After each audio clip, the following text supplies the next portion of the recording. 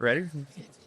All right, welcome back to the Three Body Problem. We're here at Ekoparty in Miami with a surprise appearance by Perri Adams, formerly of DARPA, now doing some lecturing at University of Dartmouth. How are you? I'm a fellow at Dartmouth. I'm wonderful, Ryan. I just sat down here to talk to you, and suddenly I'm on a podcast. This is amazing.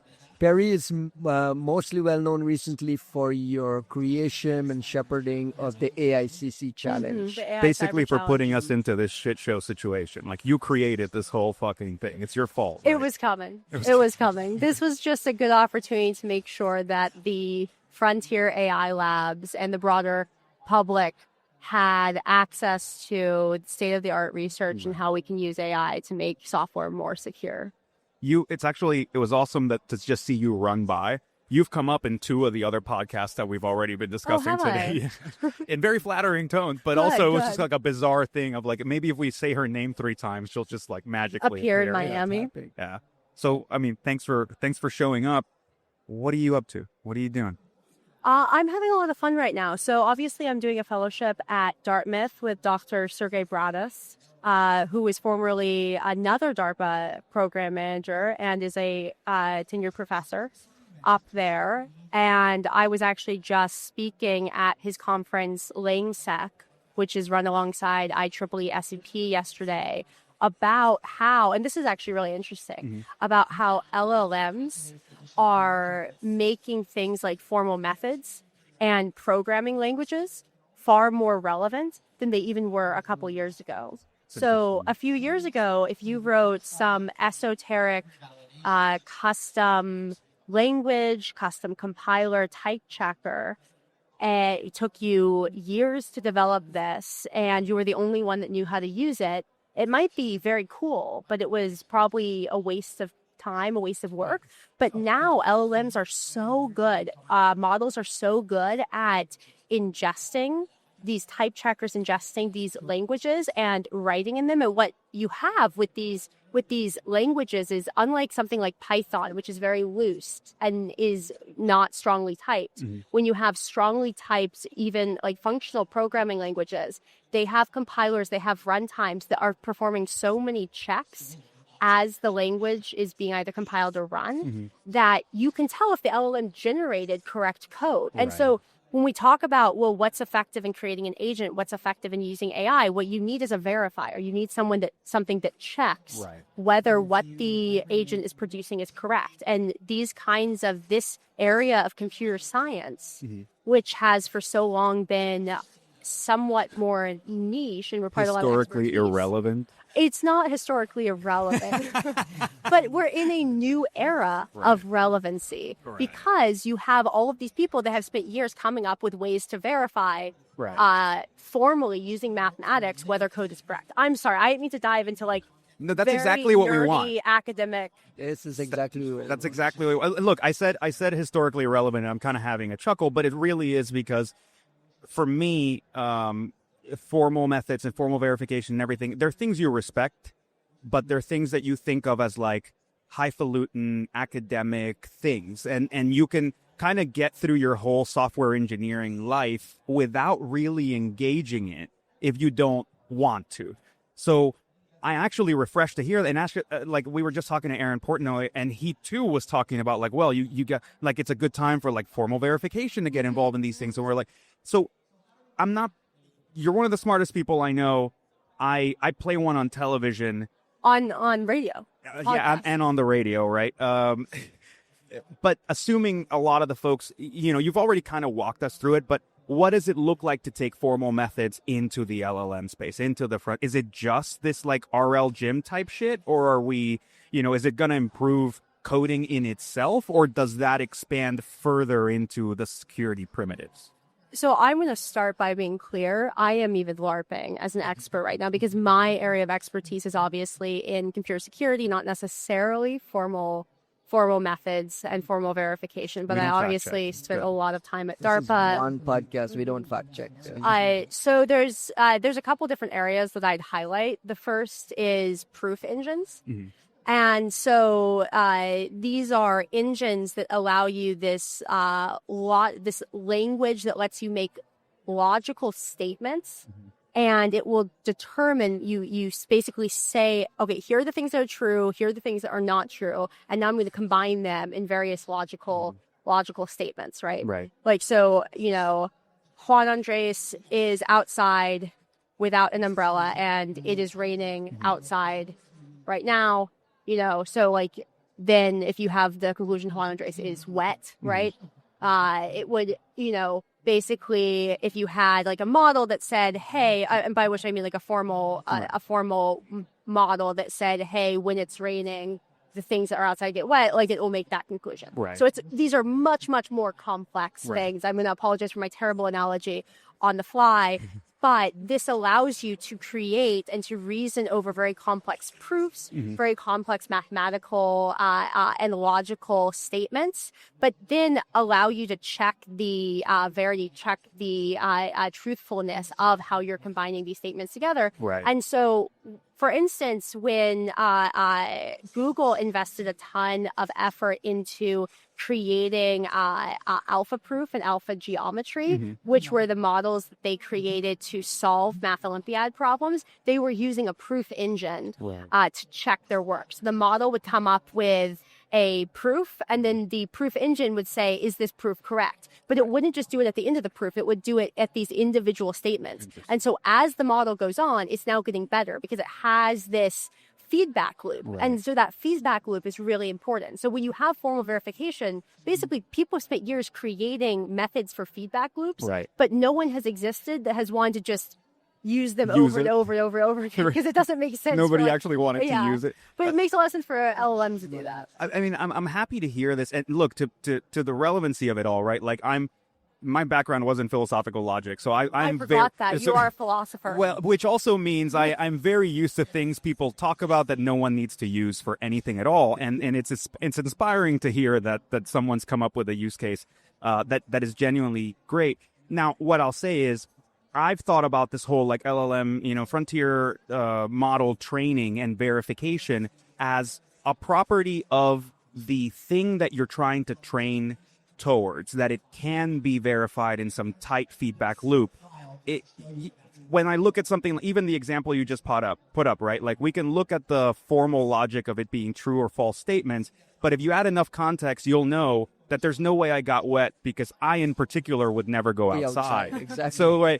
So one of those foundational statements is not true. What I'm saying is, right, like if we land this into like reality, how much of this is still going to stay in the ultra academic, ultra smart computer science PhDs, nerding out with each other, versus do you feel like it's ripe enough and a good enough, interesting mechanism that those of us that are just trying to be practitioners in AI should reach out and try to grab this fire?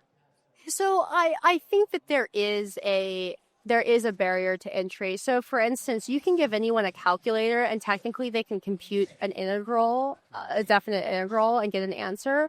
But they probably don't understand what that is unless they've taken calculus. And there's a reason that you still today, when you take calculus, you have to use the trapezoid approach, to approximate the integral. And we then both know that, obviously. That's what we would both do. Oh my God, you guys both took of us calculus. would do that. Preaching to the choir. Look, man, that's exactly how we would have done it, right?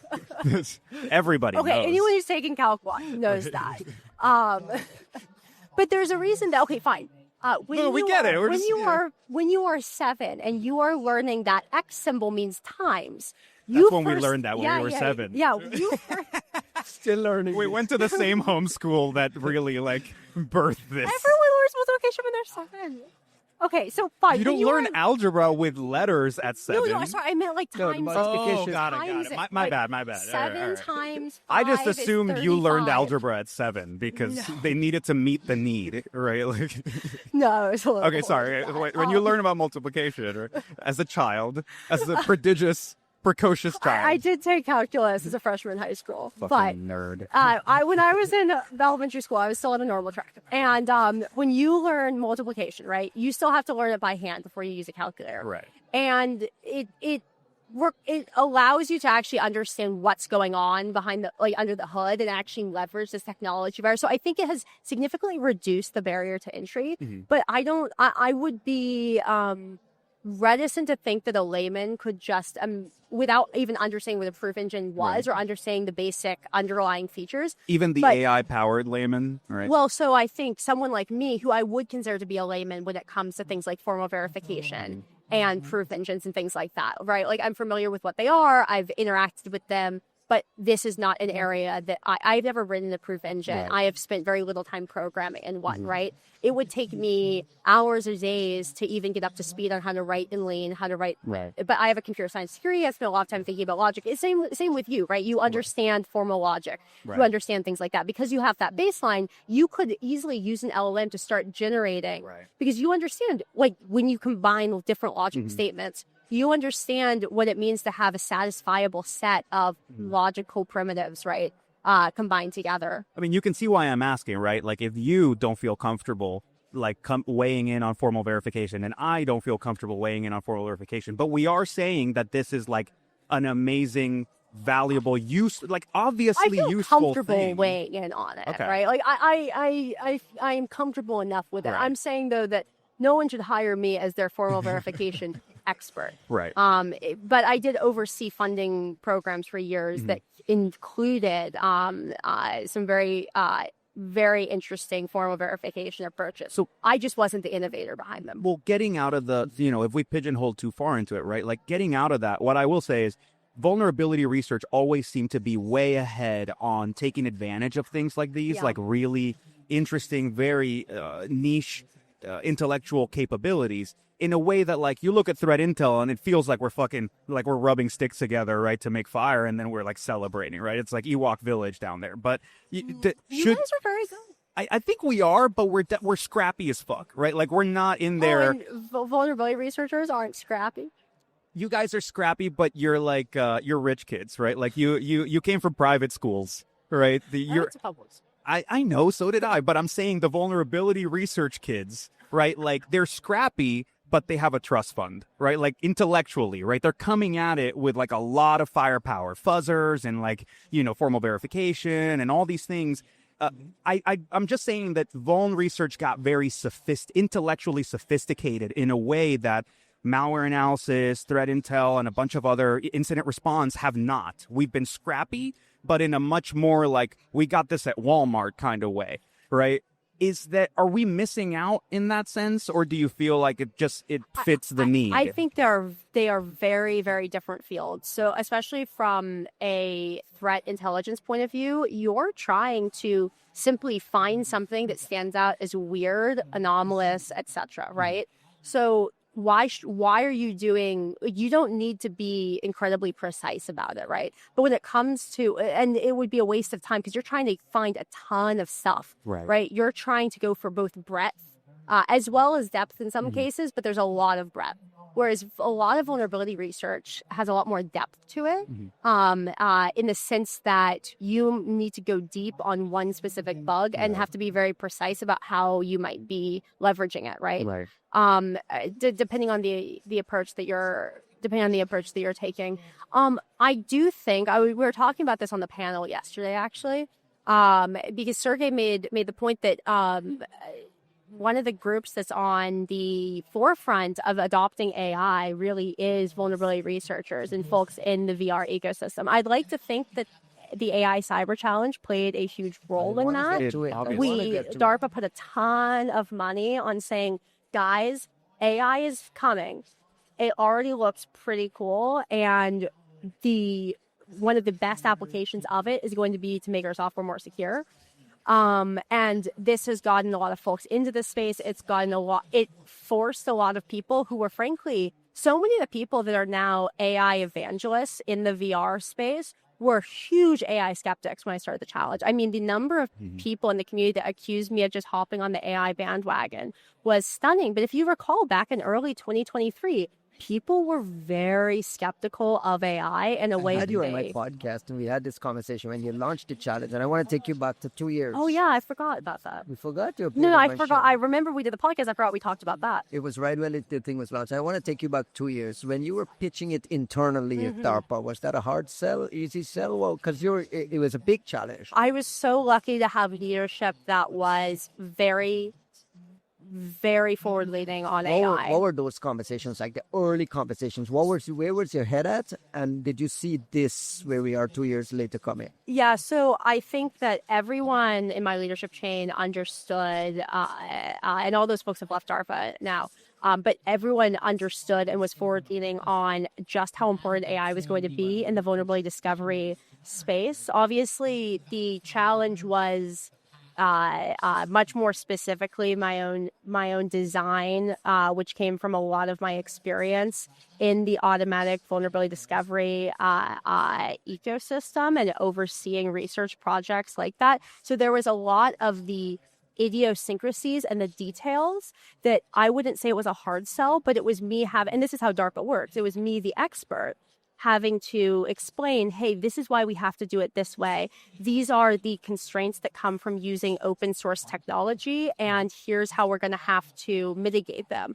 Because it's not that leadership says, don't do it this way. It's that they ask, why are you doing it this way? And they want to have a reasonable, technically grounded explanation. So there were a lot of those conversations. And the design of the challenge, I think looking back on it, people don't understand just how complex it was to create something like that. Tell the story. Fucking tell us. Because look, we've been friends for the entirety of that period, and you were talking to me about it the entire time. And I had an appreciation for how hard you were working.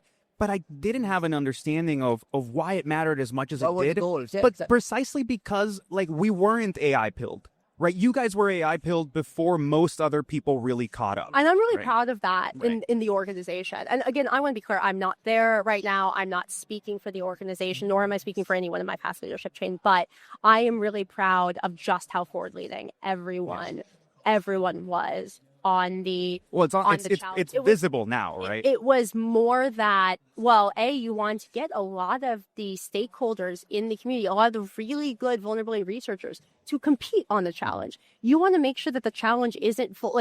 Great if a bunch of AI people do it, but you need the combination of AI people and people who are experts in finding bugs in software. Right. And those were the people that were very skeptical of AI. And then, of course, when you're designing a challenge like that, you're making trade-offs. So if we were to run the challenge today, AI is so much more powerful. But a couple of years ago, we did have to limit the scope to a certain set of languages and things like that. And so obviously, when you do that, you're leaving stuff on the cutting room table, and people are asking, well, why didn't you do binaries? Why didn't you do? But I'd say that most people, they got it, right? Everyone's sad when their favorite thing isn't included in something, but they get over it. Were you AI pilling the folks that participated? Maybe this is something that is complementary to the VR community. I don't think that taking a evangelism approach is going to work very well. I actually took the opposite approach, where I just said, you know what, maybe it won't work. But the whole point of DARPA is to try things that won't work. And if I'm running a challenge I'm 100% sure is going to succeed, why am I doing this? That's a complete waste of time. Just proving what we already know. So, and actually, I should say that my leadership was very clear. This challenge needs to have the ability to fail, because if it doesn't have the ability to fail, what is the point of a success? Right. And so I would say to folks, listen, if you don't think AI is good, you'll note in the rules of the challenge, there's no requirement to use AI. You do not have to use AI if you don't want to use AI. And so I would tell people, you know what? I am so interested in a result on this challenge if you don't use AI and you win it. Because that has told us that AI is not a game changer in this space. And that's a huge research result that has a lot of value, right? That can, when we're talking about the effective use of taxpayer money, let's make sure that we are not wasting a bunch of taxpayer money on something that is just not game changing right now. But I would say, I do think AI is going to be game changing. I came with a hypothesis. This is my thesis, but I'm also prepared. I'm designing an experiment in which I can be wrong, right? So I'm upfront about what my hypothesis is, that AI can be game changing, but I'm leaving room. If I wasn't doing that, if I was an evangelist and I was a polemicist, I'd say, I would have required the use of AI on the challenge. Did anyone serve as a control group? Did anyone actually try to solve the damn thing without AI for very long? I think there were some folks that did in the... So the thing is, we did incentivize the use of AI by making tokens available to folks. So they would be remiss if they were not using AI. But we did compare to baseline tools that were already existing. Right. And so rather than having a team serve as a control group, there were other behind the scenes controls. What parts of the challenge you think failed? What parts are you most proud of? And which tools available that came out of it on the open source side that you think will provide the most value moving forward? Like, what would you do differently? I can't think of this sounds like a polemicist answer, but I can't think of any part of the challenge I would say failed. I would say that there are just trade-offs that go into the gamification of any of this that are the trade-offs you make are between real-world applicability and having a gamified competition that can be measured appropriately, right, for the prize money. And so there were certain trade-offs there that I think if you're in the real world and adapting that technology, you're going to have to remove some of the structures of the challenge. Right. But the way to mitigate that, which was baked into the challenge, and frankly, actually is the thing I am most proud of, is the open source requirement. So everything on the challenge that came out, like all of the teams that won prize money, in order to get the prize money, they had to open source all of their technology. And what that meant is that last summer, you had tons and tons, the winning team put out a wonderful 150-page report on the design of their system that I encourage everyone to read. This is the Team Atlanta one, Team right? Atlanta. Like you were keynoting at Countermeasures when we went up to Ottawa, and like you spent a significant amount of time on this, and it made me realize just how much we're kind of like leaving just on the table, right? There's all this advantage there. Like, can you kind of spend a minute basically saying like what's in there that folks should be paying attention to? I think it's just a phenomenal report on how they designed an incredibly complex system full of that orchestrated all of these very specific agents that were performing different tasks. And I actually think you can adapt a lot of the approaches they took to a broad range of problems, not just the discovery and the patching of vulnerabilities. And so, for instance, they talk about a lot of prompt engineering techniques. Now, I want to be clear that some of this stuff, as AI moves and adapts so quickly, becomes it evolves. So some of their techniques, I'd say, were definitely a product of the model they were using at the time. But many of them, and plus the way they were thinking about the techniques and the way they were interacting with the models to identify what worked best, those are timeless insights that you can glean from this. And I also like to think that some of the frontier labs, especially some of the ones that were partners on the challenge, hired a number of people from the winning team. Microsoft actually announced in M-Dash that Team Atlanta was a big part of designing their harness. And they hired the professor that led the team.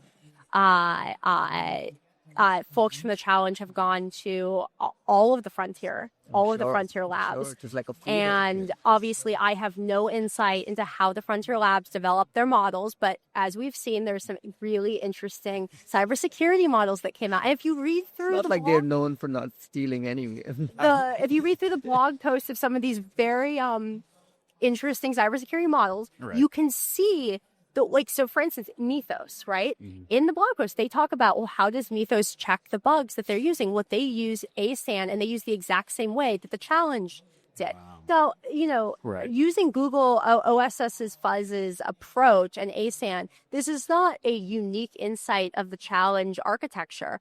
I told you this was her fault. I fucking told you. A frontier lab is not going to say, hey, there's a huge body of work on how we can find vulnerability, like how we can use LLMs to find vulnerabilities in software. There's a ton of expertise in this area, and not want to leverage that. These are extremely smart, extremely curious individuals. And the whole point of the challenge was to basically make this corpus available to everyone. And I'm actually really excited about all of these releases and models because I think that it's going to be a lot more game-changing I still think this is true, a lot more game-changing for defenders than it is for offense. Yeah, because... where are you thinking it's going to be applied? It's still easier to find and fix vulnerabilities than it is to write exploits for them using LLMs. Interesting. Because triage is, LLMs have some value, have quite a bit of capability when it comes to triage and comes to exploit development. But it's still a lot easier to, again, flag the problem and say, hey, this looks weird, and to come up with a solution for it, than to figure out how you can take something that, is a bug, but turn it into a stable exploit that you can use to elevate privileges or remotely get into someone's system. That's still a hard problem. Right. And the fact that AI can scale, like finding and fixing vulnerabilities is a breadth problem, and this is something that AI is very good at. And so I'm so excited to see people bake vulnerability discovery and patching models into their CI/CD pipelines. As they're writing code, generating code, have it check for vulnerabilities as part of the development process rather than be an afterthought as security has been for so long. Right. Do you think we get some new mitigation magic out of the LLMs? Mitigation classes, things that we're not potentially thinking about? I recently was chatting with an academic, and this is not a published paper, so I want to be very high level, but they were using essentially LLMs to identify not vulnerabilities, but exploit primitives, so ways to bypass mitigations in a certain set of widely used software. And then they were thinking, okay, what would the LLM suggest as mitigations, and how do I best prompt a model and receive thoughtful feedback? And the results were actually really impressive. So I think it's still, going back to what I was saying earlier with formal methods, I think you're still going to want folks that are experts in what makes a good mitigation to be reviewing it. Because a lot of times model results can be... can seem like idiot savants. You get some really great insights, but you also get some really dumb stuff. Right. And so you still need someone checking that. Especially if we're talking about mitigations being rolled out to hundreds of millions of devices, right? But it can combine this corpus of knowledge and ideas. I mean, it's read all of the mailing lists. It's read decades of people thinking about different mitigations and what worked, what hasn't. And basically, it's done a phenomenal lit review, and now it's able to synthesize all of that knowledge and suggest new things. If we take AIxCC and this series, this whole volume of experiments that you basically put forth that has served as a guide for the frontier labs, and for all of us trying to make sense of things, and that we're still not fully taking advantage of, right? We're still proselytizing about this gold mine that's sitting there. As you see this conversation to the point that it has evolved up to this point, what's further down the road in the roadmap? You're basically serving as a bit of an oracle because you've had a few years, apart from your own competency, you've been playing in that sandbox for years before the rest of us even figured out this shit was worth it. What's coming next, or where should we go next that you feel is kind of just implied in the findings? Adoption, right? A lot of folks, we should be asking what are the offensive capabilities of these models. We should be making sure that we are, that we correctly think about that in a national security context, et cetera, et cetera. But the value that these security-focused models have from a defensive perspective is so significant. Again, the ability to put expert security engineers that you would have never been able to afford as a small software company into your CI/CD pipeline. Actually, you don't even have to do that because it can be baked into whatever code generation software that you're using, right? I hope the next steps, I'm sure the labs are going this direction, is to say, oh, I developed this code generation software, think like a Codex or Claude Code or something like that, right? I'm going to bake in my security checker into code generation. So as Claude is generating code, or as OpenAI is generating code, or as any of these models are generating code, they are checking the correctness of it. And also, as you're putting your code bases into this framework, into these software pieces of software, they are then going back and reviewing all of the past pieces of code using these expert vulnerability researchers and suggesting fixes for it.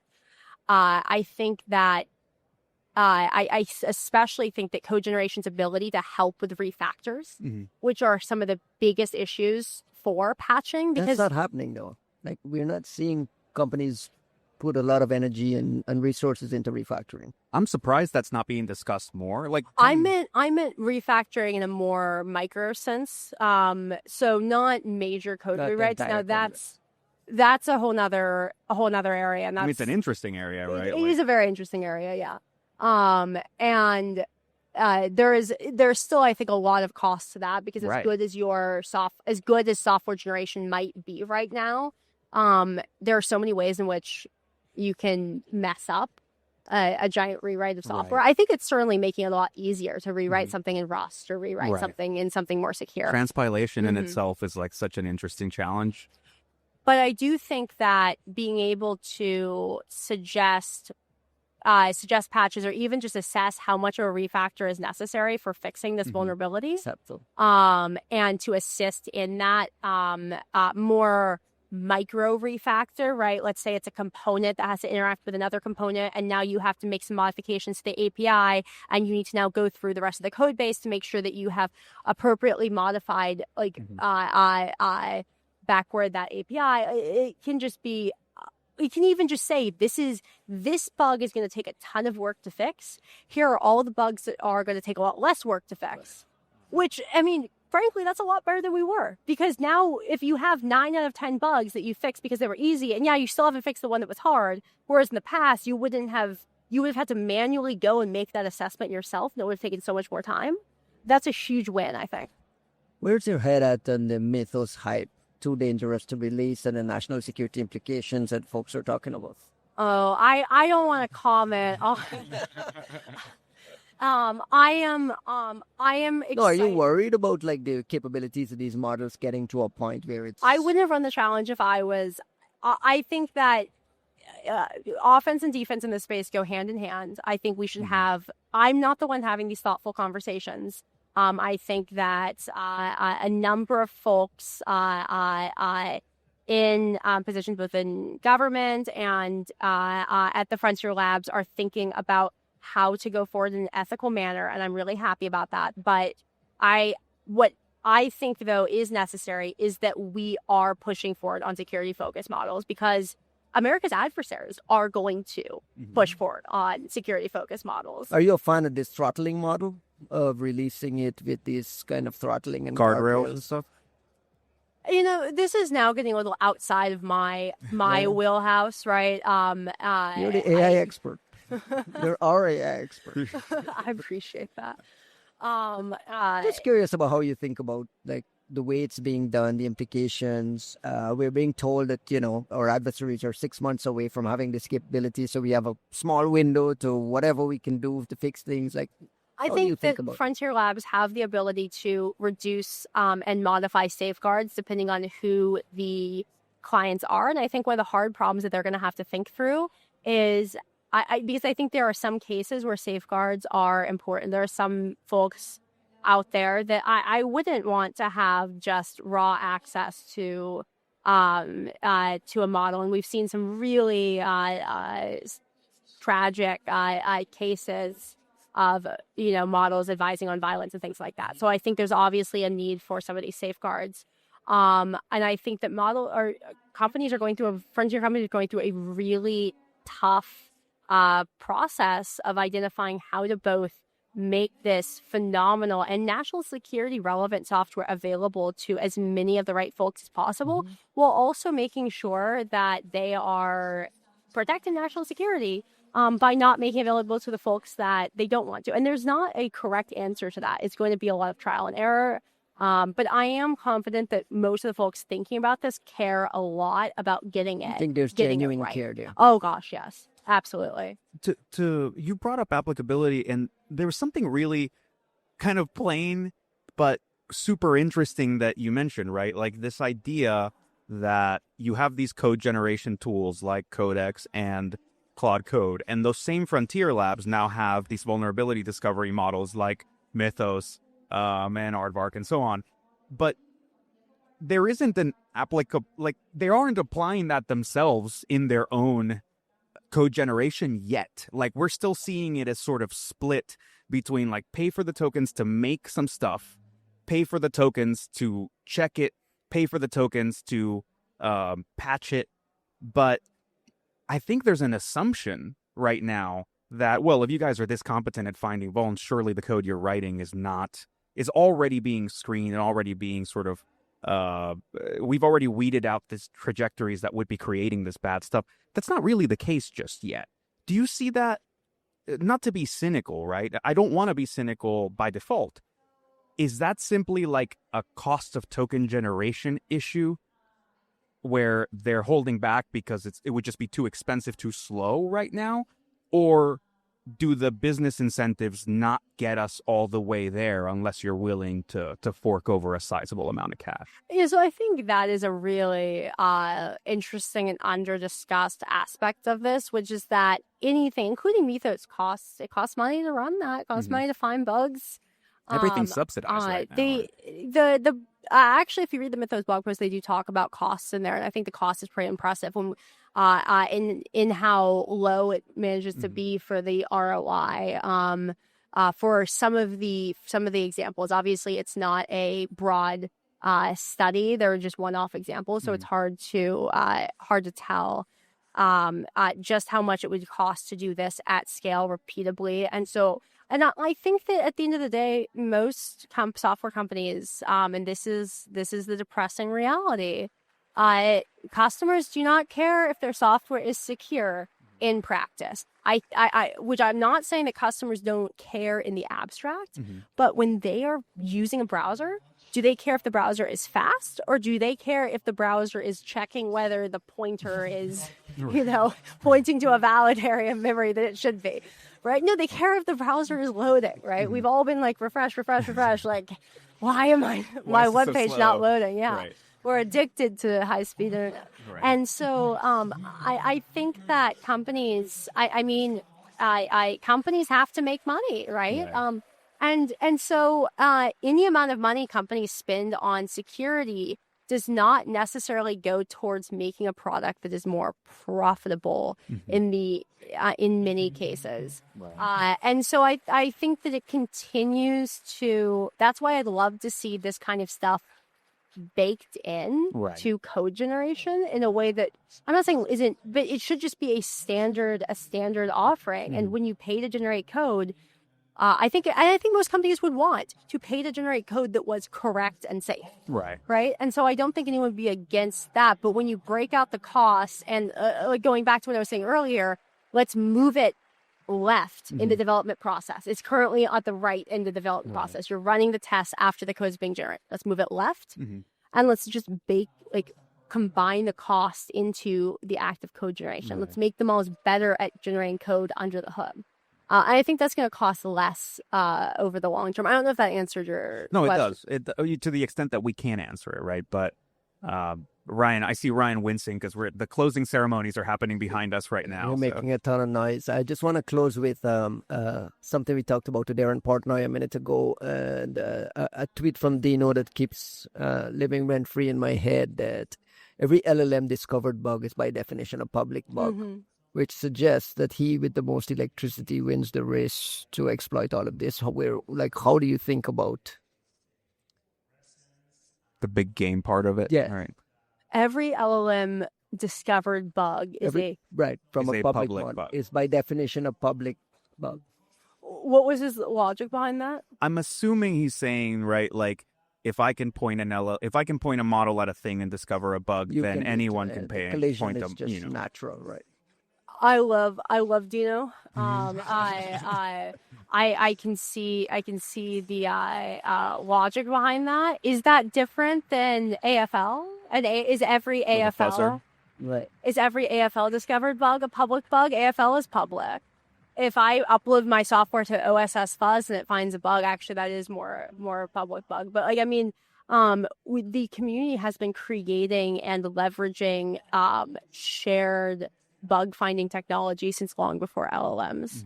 I mean, Dave Eitel was here, and back when he claims he invented the first fuzzer.